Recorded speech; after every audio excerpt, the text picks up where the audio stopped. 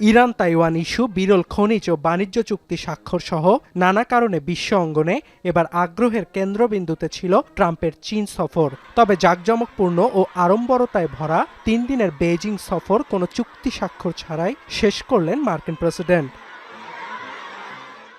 যদিও ওয়াশিংটনে ফেরার পথে ট্রাম্প দাবি করেন বোয়িংয়ের কাছ থেকে 200টি জেট বিমান কিনতে সম্মত হয়েছে চীন। এছাড়া দেশটি আরও কয়েকটি বাণিজ্য চুক্তি করেছে বলেও দাবি করেন ট্রাম্প।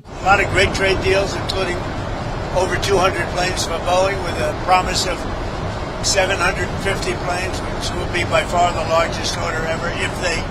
আর মার্কিন বাণিজ্য প্রতিনিধি জেমিসন গ্রিয়ারের দাবি, যুক্তরাষ্ট্রের থেকে সয়াবিন সহ কয়েকটি কৃষি পণ্য কিনতে সম্মত হয়েছে চীন। এ বিষয়ে ওয়াশিংটন বেইজিং একটি চুক্তি স্বাক্ষর করেছে বলেও দাবি তার। তবে যুক্তরাষ্ট্রের সঙ্গে কোনো চুক্তি স্বাক্ষরের বিষয়টি নিশ্চিত করেনি বেইজিং। চীনের পররাষ্ট্র মন্ত্রণালয়ের মুখপাত্র গুও জিয়াকুন জানান, শি জিনপিং ও ট্রাম্পের মধ্যে হওয়া ঐক্যমত্য বাস্তবায়নে উভয় পক্ষের কাজ করা উচিত। এছাড়া ইরান ইস্যুতেও কোনো বড় ধরনের ঘোষণা আসেনি শি জিনপিং ও ট্রাম্পের কণ্ঠে। যদিও ট্রাম্পের দাবি, তেহরানের পারমাণবিক অস্ত্র সমৃদ্ধকরণ কর্মসূচি বাতিলে ওয়াশিংটনের সঙ্গে সম্মত বেইজিং।